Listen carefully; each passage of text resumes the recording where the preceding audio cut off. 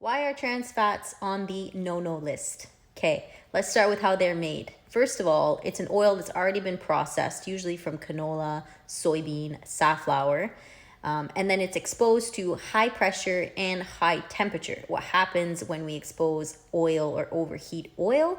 It turns rancid. At that point, we are consuming compromised, processed oil already. Second phase of this is that it gets inserted with hydrogen gas, usually contaminating with nickel. So not only do we have a highly processed oil to begin with that's now been compromised due to high pressure and high heat, but we now have metal contamination within this product. Where can you find these trans fats? Almost on every packaged foods, along with refined sugar, which was my previous post.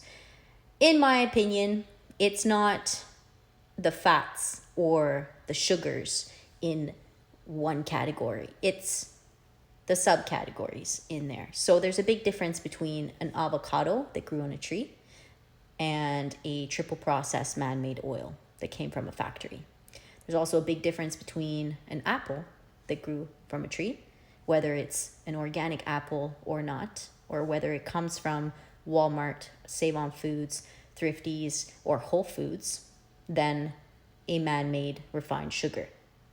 What's the takeaway here? I think you know where I'm going with this. Limit your packaged foods, or at least be mindful of the ones that you buy. Flip it over, take a look. If you see hydrogenated, that means trans fat, okay? If you're looking for fresh produce to include in your diet, make sure you shop local or in season. And on another note, you can also shop frozen. Frozen and fresh have pretty much the same nutritional value, and frozen fruit and veggies are quite cheaper, actually. Once again, the intent of these videos is simply to educate and spread a little awareness for the consumer because it is so confusing now when we shop. So hopefully this video helped and made you a little bit more mindful of trans fats.